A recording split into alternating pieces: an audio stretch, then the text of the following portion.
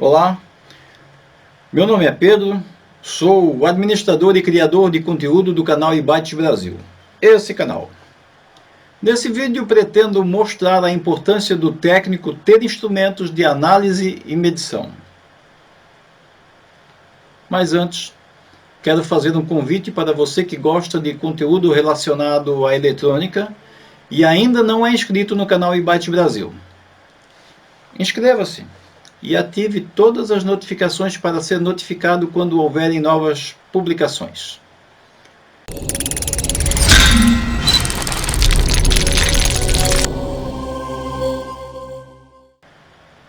Bem, o circuito a ser montado é um simples amplificador de radiofrequência de apenas um estágio, usando um transistor e alguns poucos componentes. Durante a montagem vou falar da identificação correta dos componentes, pois pretendo que esse vídeo seja bem didático.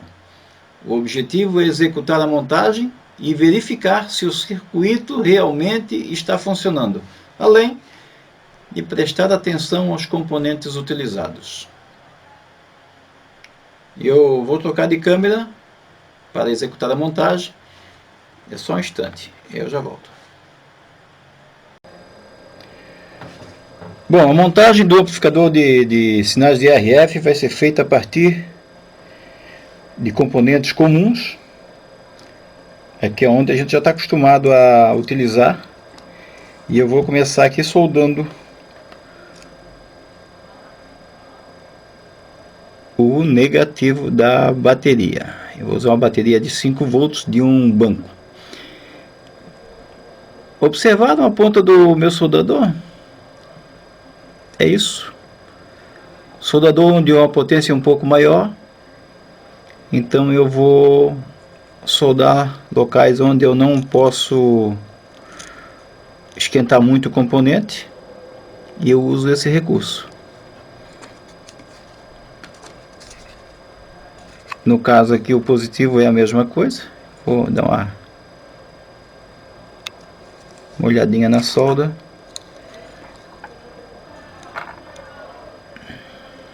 E para não deixar dúvida, aqui está a bateria que eu estou usando, é de um banco de baterias. Bom, inicialmente vamos usar aí um indutor de 5 nanohenry. Vamos pegar, o certo era fazer com a pinça, né? Mas sabe como é que é, né? Não peguei a pinça.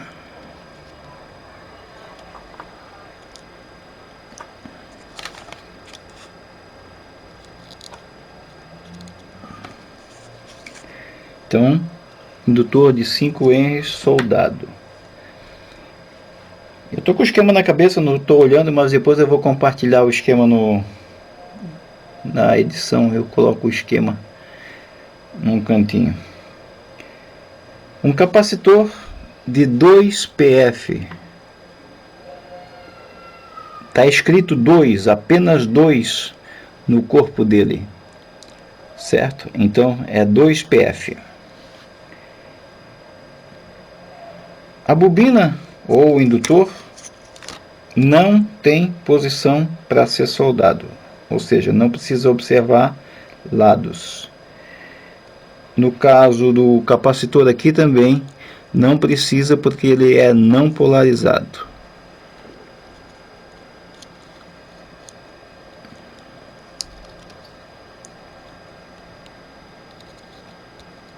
Pronto. Então eu tenho o capacitor e a bobina soldado, ou o capacitor ou o indutor, como quiser. Agora eu tenho que soldar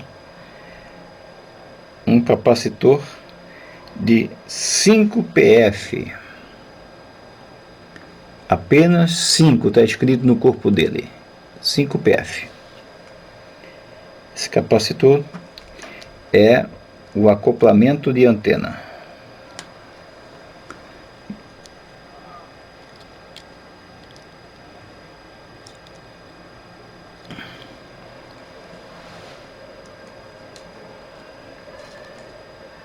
E aqui eu tenho 17 centímetros de fio, um pouquinho mais rígido, que é para ser a antena.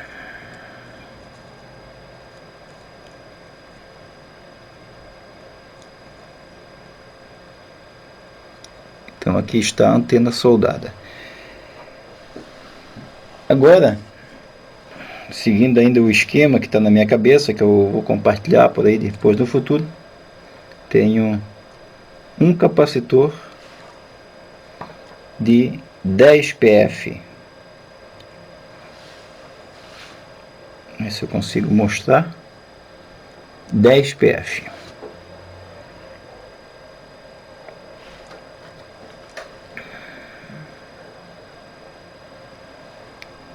Então vou fazer a solda padrão. Aí está. Agora eu tenho um transistor do tipo S918, onde o terminal à minha esquerda é o emissor, o terminal do meio é a base e o terminal da minha direita é o coletor. Então, emissor, base, coletor.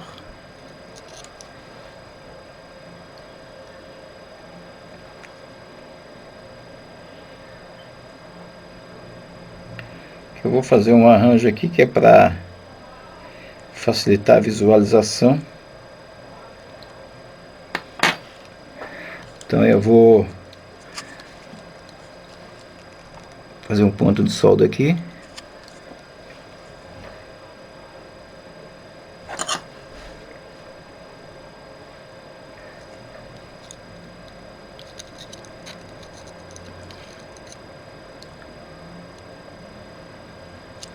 Então, o emissor, a base e o coletor.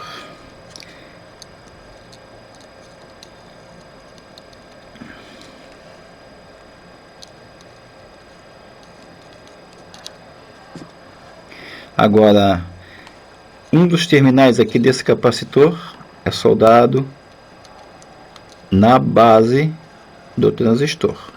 É um NPN.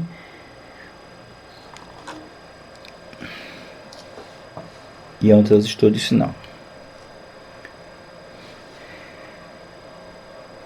Do coletor do transistor sai um resistor de 5K1. Olha as cores: verde, aqui diz 5K1, 5K6 aqui na verdade, 5K6. Verde, azul e vermelho. 5, 6 e 2 zeros, 5.600. Eu não vou cortar o terminal, porque eu pretendo reutilizar esse resistor em outras montagens, mas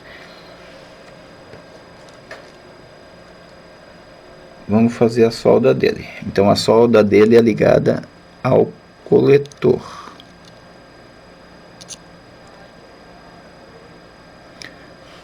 E para não ficar muito esquisito e não ficar suspenso, para entender também a ligação, vamos colocar ele na placa para poder fixar e não correr risco de soldar ou encostar em componentes que não deve. Agora preciso de um resistor de 47K.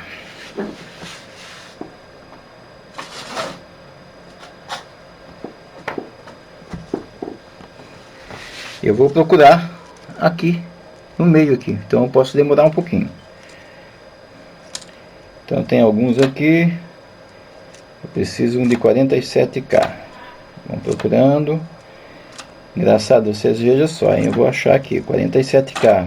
O que que ele tem de cores? Amarelo, violeta e laranja. Como é que eu vou fazer aqui? Amarelo, violeta, laranja. 560, 15, 180K, 2K2, 2K2, 120K, 51K. Esse aqui poderia usar se não achar. Eu vou deixar ele ali. 47K. Então,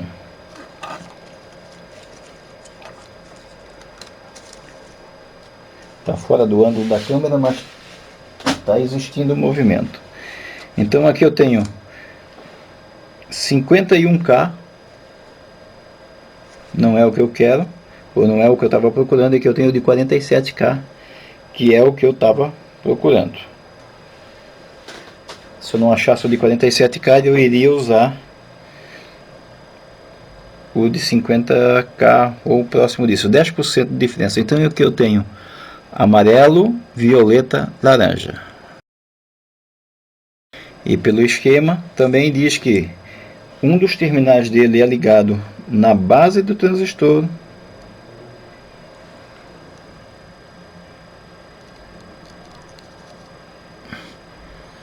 e o outro terminal é junto com uma das extremidades do resistor de 5K6.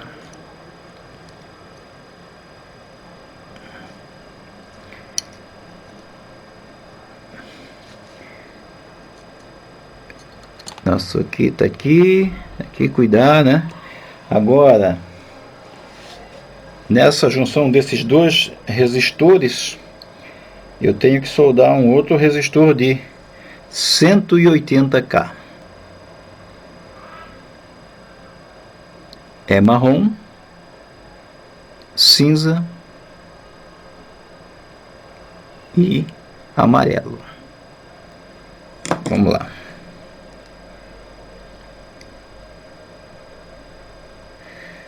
Tomara que eu não tenha errado o esquema, né? E esse terminal que sobra desse resistor é ligado ao positivo.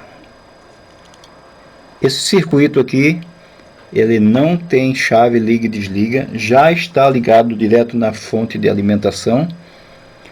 E agora eu preciso ver um capacitor de acoplamento para mim poder fazer a medida. No circuito projetado pronto, esse componente aqui não seria usado, mas aqui eu vou usar ele, que é para servir de acoplamento. Então eu tenho aqui o que?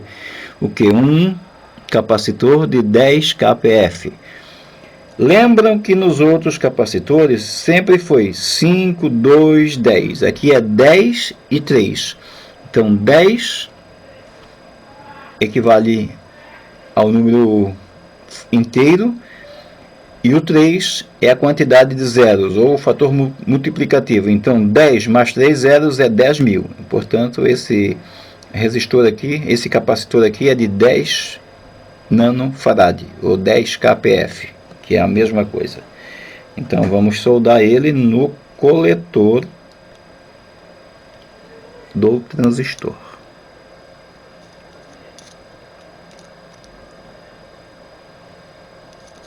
Sempre cuidando para não existir solda fria. E essa pontinha bendita aqui, ó. Vê como ela foi fácil de fazer as coisas aqui, não?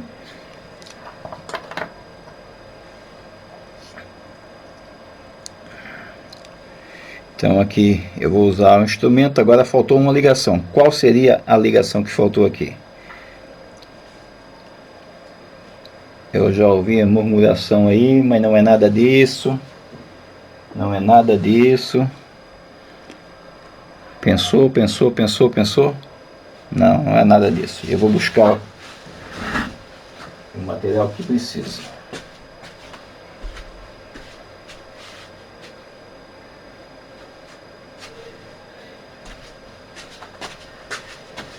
Eu poderia soldar um pedaço de fio qualquer ali, mas eu vou soldar um terminal do resistor, porque depois vai ser desmanchado mesmo. E eu costumo fazer muito isso, bastante. Então, o terminal emissor do transistor deve ser ligado ao negativo da alimentação. Eu falei que estava ligado naquela hora e estava, mas não tinha ligação com o negativo. Portanto, estava ligado, mas não completamente ligado. Agora sim, agora o circuito está pronto para ser testado. Nesse ponto é onde a gente começa a ter as dúvidas. Por que nesse ponto começa a se ter as dúvidas? Porque é a partir daqui que você vai ter certeza se o circuito que você fez está funcionando ou não. Então aqui eu tenho o osciloscópio. Eu vou botar ele em automático. Então eu coloquei ele em automático. Ó, coloquei o dedo. Tá ok. Então eu vou colocar o terminal de ponta de prova vivo, né? E o aterramento. Então, aparentemente, não se sabe nada se está funcionando ou não.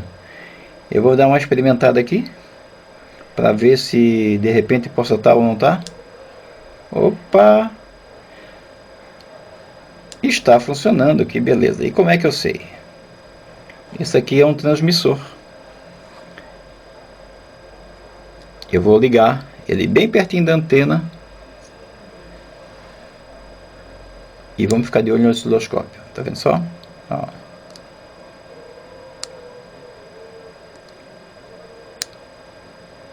Justamente porque este aqui é um amplificador de RF para 433 MHz, que é a frequência de transmissão desse mini transmissor aqui. Na verdade, isso aqui é um controle remoto de portão, ou de campainha, de porta de garagem, o que quiser. E esse circuito aqui é um circuito que é utilizado na recepção desses sinais. E é onde também gera defeito. Por isso que foi usado isso aqui como, digamos, saco de pancada para teste. Mas acima de tudo, para provar que sem um osciloscópio eu jamais saberia se isso está funcionando ou não antes de terminar uma montagem completa de um circuito como esse. Então, o osciloscópio seria um equipamento indispensável na bancada, não só para testar esse tipo de circuito, sim outros, mas esse aqui também ficou evidente que se não tivesse esse aparelho não teria como fazer a medição. Vamos testar mais uma vez, olho na tela, vendo só? Então, o osciloscópio é um instrumento necessário para quem mexe com radiofrequência, para quem mexe com sinais de áudio também. Mas aqui, apesar de eu estar utilizando radiofrequência, eu estou amplificando um sinal modulado do transmissor e o transistor está funcionando. É isso, simplesmente isso. Então, vamos trocar de câmera. Acho que ficou clara a importância de ter um instrumento para analisar as condições de funcionamento de um simples estágio amplificador de radiofrequência. Simples no sentido de dizer, mas de muita importância. Sem o osciloscópio, a gente poderia perder um tempo precioso montando vários estágios e depois descobrir que tinha um problema e ter que recomeçar tudo novamente. Gostou do conteúdo desse vídeo? Ficou alguma dúvida? Deixa a sua dúvida aí nos comentários. Em algum momento, eu ou alguém vai responder a sua dúvida. Se você ainda não é inscrito no canal iByte Brasil, inscreva-se e ative todas as notificações para ser notificado quando houverem novas publicações. E eu peço que você considere a possibilidade de se tornar um membro do canal. mediante uma pequena contribuição mensal. Em troca, membros do canal terão acesso a um conteúdo exclusivo. Até a próxima publicação.